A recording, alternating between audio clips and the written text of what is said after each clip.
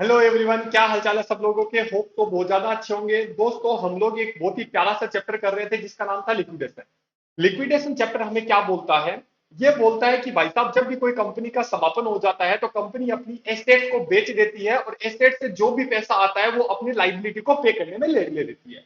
अब बात आती है कि सर, जब हम लाइबिलिटी का पे करते हैं तो सबसे पहले कौन आता है? नॉर्मल एक फंडा क्या बोलता है कि सर सबसे पहले लिक्विडेशन के खर्चे, फिर रेम्यूनरेशन, फिर बताओ क्या आता है? प्रिफरेंशियल क्रेडिटर्स, बाद में डिबेंचर्स, बाद में बताओ कौन आता है? अनसिक्योर्ड क्रेडिटर, बाद में प्रीफरेंस शेयर और बाद में आ जाता है आपका इक्विटी। ये एक कॉमन सेंस वाली बात है। एग्जाम्पल नंबर 15 तक हम लोगों ने अच्छे से स्टडी कर लिया था और अच्छे से चीजों को समझ लिया था। आज हम लोग एग्जाम्पल नंबर 16 पढ़ने वाले हैं, जो कि मोस्ट मोस्ट मोस्ट इंपोर्टेंट है। 2 बार एग्जाम में आ रखा है और एग्जाम के पॉइंट ऑफ व्यू से ऐसा क्वेश्चन बनने की उम्मीद है। इसीलिए बहुत अच्छे से बारीकी से लॉजिक के साथ समझना और अच्छे से नंबर बनाने की कोशिश करना। राइट, चलो जी दोस्तों, मैं यहां पे लिख देता हूं भाई साहब, एग्जाम्पल नंबर कौन सा करने वाले हैं? Sir example number 16। देखो क्या बोल रहा है। ये बोलता है एक कंपनी है जिसका नाम है बी लिमिटेड। बी लिमिटेड अब लिक्विडेशन में जाने वाली है। कंपनी में प्रीफरेंस शेयर है, बताओ कितना? सर 4000 प्रीफरेंस शेयर है, 8% के। और एक प्रेफरेंस शेयर 100 रुपए का है, ठीक है। फिर सवाल बोलता है इक्विटी के केस में 3 प्रकार की कैटेगरी है, ए बी सी, ध्यान से सुनना। 4000 आपका ए कैटेगरी वाला है, 3200 आपका बी कैटेगरी का है, और 28,000 आपका बताओ कौन सी कैटेगरी का है? सी। और एक आपका शेयर कितने रुपए का है? 100 रुपए का। एक आपका शेयर बताओ कितने का है? 100 रुपए का। और ये जो लास्ट वाला है ये शेयर बताओ कितने का है? 10 रुपए का। और है तो ये 100 रुपए का, लेकिन इसने बताओ कितना पे किया? सर 75। इसने बताओ कितना पे किया? 60। और इसने बताओ कितना पे किया? 5। होप सो कोई दिक्कत वाली बात नहीं है। तो क्वेश्चन ये आता है कि सर इन्होंने इतना तो पेड किया है और इतना इसका फेस वैल्यू है कि इन शेयर होल्डर से हम इतना मांग सकते थे। अब क्या बोल रहा है कि सवाल बोलता है कंपनी की जितनी भी एसेट्स थी उसको कंपनी ने 8,40,000 में क्या किया? एक सेकेंड, हाँ। कंपनी के पास जितनी भी एसेट थी जिसमें मशीन भी शामिल है, मैं आपको क्या बोलूं, इसको आप जितना इंपोर्टेंट लगाना चाहते हो, जितने स्टार लगाना चाहते हो उतने स्टार लगा सकते हो, क्योंकि ये सवाल आपके लिए इंपोर्टेंट है। राइट। अब क्वेश्चन आता है, एक सेकेंड। अब दोस्तों क्या क्वेश्चन आता है? सर देखो, यहां पे 8,40,000 एसेट्स आ गई, सर आ गई। अब क्वेश्चन ये बोलता है कि भाई एसेट्स में जितनी भी एसेट्स है, हम लोग हमेशा क्या करते हैं, हर एक एसेट्स को अलग अलग बेचते हैं। लेकिन ये बोलता है इस बार सारी एसेट्स जिसमें मशीन भी शामिल है, और सारों को कितने में बेच दिया? 8,40,000। लिख अब, मशीन भी शामिल है, इसका मतलब कुछ ना कुछ आगे पॉइंट आएगा। Right, okay. लिक्विडेशन के खर्चे लिख देता हूं मैं यहाँ पे। लिक्विडेशन के खर्चे बताओ क्या है? सर 30,000 रुपए है, जिसमें रेम्यूनरेशन भी शामिल है। ओके सर, कोई दिक्कत नहीं है। कितना रुपया? 30,000। The company has borrowed A loan, 1,00,000 रुपए का कंपनी ने लोन ले रखा है, बताओ कितने रुपए का? 1,00,000 रुपए का कंपनी ने लोन ले रखा है, ले रखा है सर। अच्छा, इसके अगेंस्ट में कंपनी ने मशीन को गिरवी रख रखा है। याद करो, देखो 2 प्रकार की एसेट्स होती है, एक होता है सिक्योर्ड एसेट और एक होती है अनसिक्योर्ड। तो जितनी भी हम लोग क्या करते हैं जब लिक्विडेशन बनाते हैं तो इस इधर क्या लिखते हैं हम लोग? रिसिप्ट लिखते हैं। रिसिप्ट में सबसे पहले क्या लिखते हैं? वो एसेट जो गिरवी नहीं रखी हुई है उससे कितना पैसा मिला, और वो एसेट जो गिरवी रखी हुई है उससे कितना पैसा मिला। अब जब वो पैसा मिलता है, हो सकता है सरप्लस हो सकता है डेफिसिट हो, सारी चीजें मैंने लास्ट क्लासों में आपको डिटेल पढ़ा रखी है। राइट। अब एक बात बताओ, लोन के अगर बारे में बात करें तो सर ये है लोन 1,00,000 और उसके अगेंस्ट में मशीन रख रखी है, और मशीन से हमें कितना रिलाइज हुआ? 1,61,000, 1,61,000। अब मेरी बात अच्छे से सुनना और लॉजिक के साथ समझना, बहुत प्यार से चीजों को समझना है।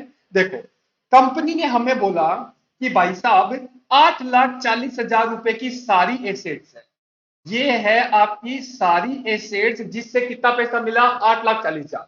लेकिन हम इसके 2 टुकड़े कर देते हैं, हम इसमें लिख देते हैं अदर एसेट्स और मशीन। राइट। अब बताओ मशीन से कितना पैसा मिला? सर मशीन से मिला 1,61,000। तो इसका मतलब सारी एसेट से मुझे 8,40,000 रुपए मिला, उसमें से 1,61,000 रुपए अगर मुझे मशीन से मिला है तो बाकी पैसा कहां से मिला? सर बाकी अदर से मिला। तो देखो 8,40,000 माइनस 1,61,000 गया, तो इसका मतलब ये हो गया सर 6,79,000 जो है वो मेरा अदर से मिल गया। राइट, ओके सर, इसीलिए इन्होंने बोला था कि मशीन भी शामिल है। एग्री सर, यहां तक कोई दिक्कत नहीं है। अब सुनो, अब सवाल क्या बोलता है कि भाई साहब आपने जो एसेट को सिक्योर रख रखा है वो लोन के अगेंस्ट में रख रखा है, और आपका लोन है 1,00,000 रुपए का। एग्री, जब 1,00,000 रुपए का लोन है और आपकी मशीन बताओ कितने रुपए में उठी? 1,61। तो आप क्या होगा, जब आप 1,61,000 में मशीन को बेचोगे तो 1,00,000 रुपए का तो लोन पे कर दो, और 1,00,000 का पे करने के बाद भी आपके पास बताओ कितना पैसा बचता है? आपके पास बचता है 61,000। इस 61,000 को क्या करोगे? सरप्लस बोलोगे। क्या बोलोगे दोस्तों? सरप्लस। तो लैंग्वेज को समझो, और लैंग्वेज को समझने के बाद बड़ा मजा आएगा, इसीलिए ये 2 बार एग्जाम में आया हुआ है और इस बार के लिए भी इंपॉर्टेंट क्वेश्चन माना जाता है। राइट, तो होप सो यहां तक आपको मेरी बात अच्छे से समझ में आ गई, लॉजिक समझ में आ गया, क्या बोलना चाहता हूं वो समझ में आ गया। राइट, ओके, आगे देखिए सवाल ने क्या बोला है। In the books of company salary of 8 clerk. बताओ क्लर्क छोटे आदमी होते हैं, बड़े बड़े आदमी होते हैं? सर छोटे छोटे आदमी होते हैं। तो बाकी लोगों को पे करने से पहले बेचारों को इनको पे कर दो। तो इसका मतलब सर आप हमें ये बोलना चाहते हो ये जो क्लर्क है, और आगे क्या दे रखा है? सर आगे हमें दे रखा है सैलरी ऑफ 8 पियोन, ये भी बेचारे छोटे छोटे होते हैं, तो इनका पैसा पहले दे दो। तो ये इनको क्या बोलते हैं? प्रिफरेंशियल क्रेडिटर बोल सकते हैं। क्या बोल सकते हैं? Preferential creditor. और प्रिफरेंशियल क्रेडिटर को बाकी लोगों से पहले पेमेंट किया जाता है। ओके, उसके बाद in addition to this the company books shown the creditors 1,74,800, 174,800। आपको क्या बनाना है? Prepare liquidator statement of receipt and payment account बनाना है। अब मेरी बात सुनो ध्यान से। सबसे पहले अपन नाम लिख देते हैं, ध्यान से सुनो, आराम से चीजों को समझेंगे। ये है आपका लिक्विडेटर फाइनल स्टेटमेंट। ये लो भाई साहब स्टेटमेंट ऑफ अकाउंट, मेरी बात अच्छे से सुनना। ये आपका दे रखा है दोस्तों, यहां पे है, ये आपका है रिसीप्ट, ये है अमाउंट, और ये है आपका दोस्तों क्या? पेमेंट। और ये आपका है दोस्तों अमाउंट। नॉर्मल सी बात है, एकदम सरल है। अब सुनो मेरी बात, आप एक बात बताओ, अपन लोगों ने अभी 2 प्रकार की एसेट्स को देखा, बताओ कौन कौन सी? सबसे पहले हम लिखेंगे कि अमाउंट रियलाइज्ड एसेट, या ऐसे लिख सकते हैं assets realised other than secured. Sir एकदम सही, अदर देन बोलो सिक्योर्ड। आपको सिक्योर्ड से एक्स्ट्रा, सिक्योर्ड के अलावा आपको कितना पैसा मिल रहा है? तो देखो यहां पे मैंने आपको बताया, सर क्या बताया आपने? एक सेकंड रुकना, ये रहा, ये आपका टोटल था, उस टोटल में 679। तो ये तो आपका क्या है बताओ? सर 679 जो है वो तो मेरा बताओ क्या है? सर ये आपका बताओ क्या है? ये आपका बताओ बताओ फटाफट, अदर देन सिक्योर्ड है। फिर बताओ अमाउंट रियलाइज्ड, बताओ एसेट, ध्यान से सुनो, यहां पे मैंने लिखा, बताओ क्या? एसेट्स रियलाइज्ड, बताओ क्या? Secured assets, secured assets, secured from secured, ठीक है। ओके, अब मेरे को बताओ आपने, आपको मशीन से कितना पैसा मिला? सर अभी देखते हैं। मशीन से सर हमें 1,61,000 रुपए मिला, और लोन कितना था? सर 1,00,000। तो इसको अगर डिटेल में बताना चाहे तो अपन क्या बोलेंगे कि मशीनरी जो है वो हमारी सिक्योर्ड थी, और उससे मुझे 1,61,000 रुपए मिला, और उसमें से मेरा लोन चला गया, बताओ कितने रुपए का? सर लोन चला गया अपना अपना अपना 1,00,000 रुपए का। तो बताओ 1,00,000 रुपए का लोन चला गया, तो मेरे को बताओ मेरा सरप्लस कितना आ गया? 61,000 रुपए। सर एक बात बताओ, मैंने बोला पूछो। सर एक बात बताओ, ये अगर सरप्लस नहीं आता और डेफिसिट आ जाता तो क्या होता? तो वो अनसिक्योर्ड क्रेडिटर में ऐड हो जाता। राइट, यहां तक कोई दिक्कत नहीं है। अब बताओ अगर हम बाई में लिखेंगे पेमेंट में, तो सबसे पहले बताओ क्या आता है? सर सबसे पहले देखो कोई एक्सपेंसेज है क्या लिक्विडेशन का? तो सवाल बोलता है लिक्विडेशन का एक्सपेंसेज है इंक्लूडिंग, साथ में ही बोल रहा है इंक्लूडिंग रेम्यूनरेशन।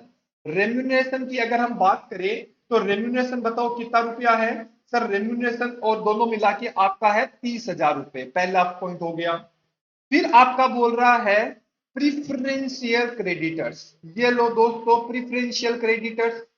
प्रिफरेंशियल क्रेडिटर बताओ क्या है? सर देखो, सामने वाला हमें बोलता है कि भाई साहब ये एक तो 8 क्लर्क है, तो 8 क्लर्क है और एक की रेट है 300 रुपए। 300 रुपए एक महीने का है और 4 महीने का बताओ कितना होगा? एक बार चेक करते हैं। 8 इंटू 300 इंटू 4, तो ये हो गया 9600 दोस्तों। तो 9600। और फिर पियोन कितने हैं सर? पियोन अगर हम बात करें तो 8 ही पियोन हैं और उनका बताओ 150 रुपए के हिसाब से है। इंटू बताओ कितना महीना है? 4 महीना। तो 4 महीना है या 3 महीना है? सर 3 महीना है यहाँ पे। तो ये आपका आ गया दोस्तों 8 इंटू 150 इंटू 3, तो ये आपका आ गया 3600। कुल मिला के बताओ कितना हो गया सर? 13,200 हमारा प्रिफरेंशियल क्रेडिटर हो गया। होप सो यहां तक आपको कोई दिक्कत नहीं है। आगे एक बात बताओ, आगे सवाल में बताओ कोई डिबेंचर्स नाम की वस्तु दे रखी है क्या? सर नहीं है। अगर डिबेंचर नहीं है तो उसके बाद क्या आता है सर? Unsecured creditor. क्या हमें अनसिक्योर्ड क्रेडिटर दे रखा है? क्या दे रखा है सर? लास्ट लाइन में। तो यहाँ पे अपन किसको पेमेंट करेंगे सर? यहाँ पे हम लोग अनसिक्योर्ड क्रेडिटर को पेमेंट कर देंगे। मेरे को बताओ दोस्तों कितना पेमेंट करेंगे? सर 1,74800 हम पेमेंट कर देंगे। क्या बात है, हमें यहां तक अच्छे से समझ में आ गया। अब मैं एक बात बताओ, जब अनसिक्योर्ड को पेमेंट कर देते हो तो बताओ लास्ट में क्या बचता है? सर अनसिक्योर्ड को पेमेंट कर देते हैं तो यहां पे हमारा बचता है preferential credit, sorry preferential share holder. ये लो भाई, प्रिफरेंस शेयर होल्डर। बताओ प्रिफरेंस शेयर होल्डर हमसे कितना पैसा मांग रहे हैं? सर प्रिफरेंस शेयर होल्डर हमसे 4 लाख रुपए मांग रहे हैं और इनका हम पेमेंट कर देंगे 4 लाख। लेकिन एक बात हमेशा याद रखना, ये जब 4 लाख हमें पे करने हैं तो आपके पास पैसे होने भी चाहिए। अगर आपके पास पैसे नहीं है तो खत्म ही हो गए। राइट, अब देखो आपके पास कितना पैसा बचा। 679 एक आया और 61,000 आपने ऐड कर दिया। कुल मिला के आपके पास 7,40,000 का पेमेंट था। उसमें से आपने 30,000 का कर दिया, आपने 13,200 का पेमेंट कर दिया, एक 74,800 का पेमेंट कर दिया और आपने 4 लाख रुपए का पे कर दिया।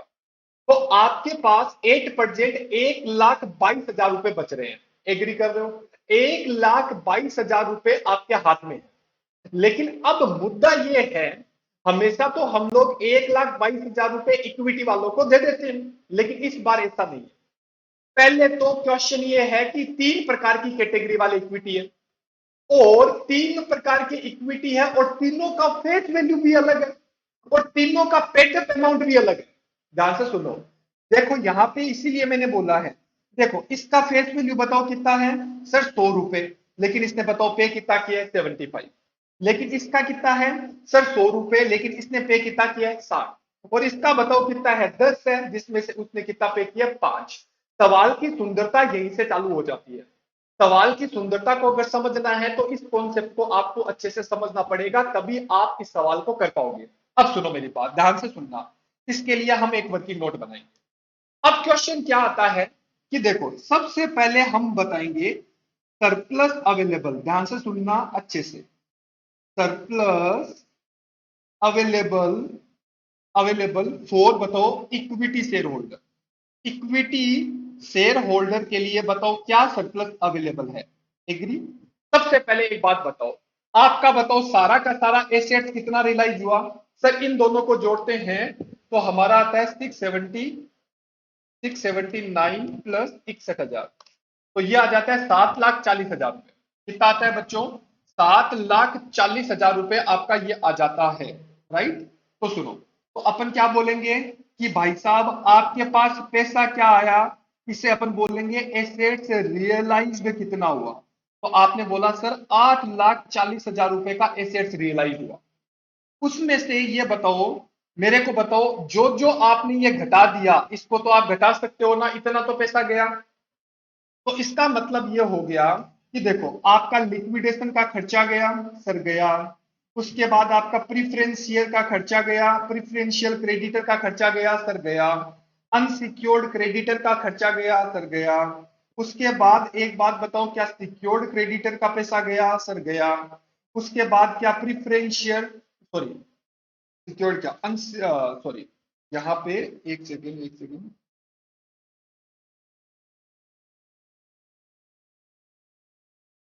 यहाँ पे क्या आया preference share, okay preference share वाला पैसा गया। अब सुनो दो तरीके होते हैं, यहां पे मैंने बताओ कितना रुपया लिया सर, मैंने लिया 8,40,000 सर, 8,40,000 अभी तो आपका 7,40,000 आ रहा था, सुनो नहीं आपका एसेट्स कितना रिलाइज हुआ ये बताओ, सुनो दोस्तों अच्छे से सुनना, अरे एक बात बताओ कुल मिला के पैसा तो 8,40,000 ही आया ना, उसमें से आपने 1,00,000 रुपया एडजस्ट किया है, एडजस्ट करने का मतलब ये थोड़ी है कि आपका पैसा कम रिलाइज हुआ। देखो 6,790 देखो ये आपका क्या है सर, ये है 679 और ये बताओ कितना है 161, तो एक प्रकार से आपका रिलाइज कितना हुआ सर 8,40,000, एक बार मैं लिख रहा हूं 8,40,000 रिलाइज हुआ ना, तो ये बोलते हैं 8,40,000 रिलाइज हुआ सर, कोई दिक्कत नहीं है। अब 8,40,000 में से 1,00,000 तो यहीं से गया, तो यहां पे मैंने देखो सिक्योर्ड में लिख दिया 1,00,000 तो मेरा यहां पे गया, तो 7,40,000 बचा नेट, अरे बोलो ना नेट कितना बचा सर 7,40,000। अब लिक्विडेशन का खर्चा बताओ कितना है सर 30,000, और इसको डायरेक्टली आप 7,40,000 लिखो तो भी चलेगा, बताओ कितना 30,000 का खर्चा देखो एक आ गया आपका सर, कोई दिक्कत नहीं है, फिर 13,200 का खर्चा एक आ गया, फिर बताओ 1,74,800 का खर्चा एक आ गया, और बाद में बताओ कितना 4,00,000 का खर्चा एक आ गया। तो मेरे को बताओ आपके पास कितना पैसा बचा, इनको घटाओगे तो आपके पास बचा 1,22,000। ये जो 1,22,000 बचा है ना, ये बताओ किन का है सर, ये इक्विटी शेयर होल्डर का है, किसका है दोस्तों, ये आपका इक्विटी शेयर होल्डर का माना जाएगा। सर यहां तक कोई दिक्कत नहीं है, एग्री। अब एक बात बताओ मेरे को, जब 1,00,000 कितना बोला 22,000 किसके लिए माना जाएगा सर, इक्विटी शेयर होल्डर के लिए। अब एक बात बताओ इक्विटी वाले हमसे कितना मांग रहे हैं, पहले ध्यान से सुनो, क्योंकि सुनो देखो इक्विटी वालों ने जो हमें पैसा दिया है वही तो वो डिमांड करेंगे, तो अब सुनो मेरी बात अच्छे से, इसीलिए मैंने बोला इंपॉर्टेंट क्वेश्चन है। पहले मेरे को बताओ क्या आपकी फेस वैल्यू सेम है या अलग अलग है, सर फेस वैल्यू अलग अलग है। जब फेस वैल्यू अलग अलग होती है तो उसको किस तरीके से डील करना होता है मैं आपको बताऊंगा। पहले मेरे को बताओ कि कंपनी इक्विटी वालों को, अपन इक्विटी वालों के लिए क्या चेक करेंगे सर, कैलकुलेशन ओ बताओ क्या sir, calculation of deficiency, agree, calculation ओ बताओ क्या करेंगे डेफिशिएंसी। अब डेफिशिएंसी का मतलब है कि भाई इक्विटी वाले तीन प्रकार की कैटेगरी वाले लोग हैं, ए बी और सी। ए वालों ने 4,000 शेयर थे और उन्होंने 75 रुपए हमें दे रखे थे 75, तो बताओ वो हमसे कितना, हमें कितना देना था उनको, हमें उनको 3,00,000 रुपए देना था, ओके। बी कैटेगरी वाला 3,200 इंटू 60, तो ये आ गया 3,200 इंटू बताओ कितना 60, तो इनको हमें 192 देना था, ओके। और 3 नंबर वाला कौन है 28,000 इंटू, इनको हमें 5 रुपए के हिसाब से देना था, तो 28,000 इंटू 5 अगर करते हैं तो ये है 1,40,000 रुपए हमें पे करना है, एग्री। कुल मिला के मेरे को बताओ 3,00,000 एक आ गया, 1,92,000 एक आ गया, 1,40,000 एक आ गया, तो 6,32,000 रुपए हमें टोटल मिला के पे करना था। ध्यान से मेरी बात सुनना, हमें कितना पे करना था 6,32,000 अमाउंट रिटर्न करनी थी, किसको इक्विटी वालों को, तो अपन क्या बोलेंगे amount to be return, amount to be return हमें रिटर्न करनी थी, बताओ कितना 6,32,000, लेकिन उसमें से मेरे पास बताओ कितना है, मैं इक्विटी वालों को बोलूंगा हे इक्विटी वालों आपको पैसा देना था मुझे 6,32,000, लेकिन मेरे पास अभी कितना पैसा बचा है 1,22,000 रुपए ही बचे, एग्री। तो अपन क्या बोलेंगे, अपन बोलेंगे कि जो पैसा बचा है उसको लेस कर दो, तो माइनस बोलो सरप्लस अवेलेबल, सरप्लस अवेलेबल जो हम लोगों ने ऊपर कैलकुलेट किया है बताओ सरप्लस अवेलेबल कितना है। सर सरप्लस अवेलेबल की बात करें तो 1,22,000 रुपए मेरा सरप्लस अवेलेबल है। तो मेरे को बताओ मेरे लिए कितना रुपया बचा। सर 5,10,000 रुपए बचे हैं। कितने रुपए बचे हैं? 5,10,000। इस 5,10,000 को अपन बताओ क्या बोलेंगे? डेफिशिएंसी। मेरी बात अच्छे से सुनना। सर ये क्यों निकालते हैं? देखो पहली बात तो ये है कि सबका फेस वैल्यू अलग है और पेडअप भी अलग है। तो अगर फेस वैल्यू अलग होती है तो सबसे पहले आप क्या बात करो कि भाई कितना रिटर्न करना था और कितना घाटा हो गया। तो अल्टीमेटली मैंने बोला कि भाई साहब रिटर्न करना था मुझे 6,32,000 और उसमें से 1,22,000 का मेरे पास सरप्लस अवेलेबल है। तो इसका मतलब 5,10,000 रुपए मुझे क्या करने हैं? मुझे बताओ क्या करने हैं? रिटर्न करने। सॉरी रिटर्न क्या? डेफिशिएंसी। Sorry deficiency. अब एक बात बताओ 5,10,000 की डेफिशिएंसी है, एग्री? अब अगर सवाल में फेस वैल्यू अलग अलग हो तो इस डेफिशिएंसी को आपको कैलकुलेट करना है परसेंटेज में। किसमें कैलकुलेट करोगे? परसेंटेज में। मैं क्या बोलूंगा? मेरी डेफिशिएंसी है 5,10,000। मेरी डेफिशिएंसी कितने की है? 5,10,000। और डिवाइड, मेरे को बताओ डिवाइड हम करेंगे नॉमिनल अमाउंट। नॉमिनल का मतलब होता है कंपनी का फेस वैल्यू क्या है। मेरे को एक बात बताओ, नॉमिनल अगर हम बात करें तो ए कैटेगरी, बी कैटेगरी और सी कैटेगरी। ए कैटेगरी वाला बताओ कितना? 4,000, फिर 3,200, फिर आपका 28,000 रुपए इंटू 100, इंटू 100, इंटू बताओ कितना? 10। तो ये आपका आ गया 4 लाख, ये आ गया 3.2 lakhs और ये आपका आ गया 2.8 lakhs। तो 4 प्लस 3.2 और प्लस 2.8, तो कुल मिला के एक बात बताओ फेस वैल्यू कितनी? 10 लाख। हमेशा ध्यान रखना अगर आपको डेफिशिएंसी परसेंटेज कैलकुलेट करना है तो डिवाइड किसका करोगे? सर नॉमिनल का। तो ये बताओ कितना नॉमिनल आ गया? 10 लाख। इनटू बताओ क्या करोगे? 100। तो ये आगे आगे आपका 51%। हम क्या बोलना चाहते हैं कि इक्विटी शेयर होल्डर को नॉमिनल वैल्यू का 51% घाटा हो गया। 51% नॉमिनल वैल्यू का क्या हो गया दोस्तों? घाटा। अब एक बात बताओ सुनो, ए कैटेगरी वाला इंसान है, बी कैटेगरी वाला इंसान है और सी कैटेगरी वाला इंसान है, ठीक है? इन्होंने हमें कितना पेड किया था? मैंने बोला भाई साहब तुम्हारा ए इक्विटी वालों सुन लो, तुम्हारा कितने रुपए का घाटा हो गया? 51% का घाटा हो गया। लेकिन अब हम आपका हिसाब कर रहे हैं। आओ भाई पहले आओ। कौन आया पहले? सर ए वाला। ए वाले को बोला बता तूने हमें कितना दिया था अभी तक? सर वो बोलता है 75 रुपीज हमने आपको दे रखे हैं।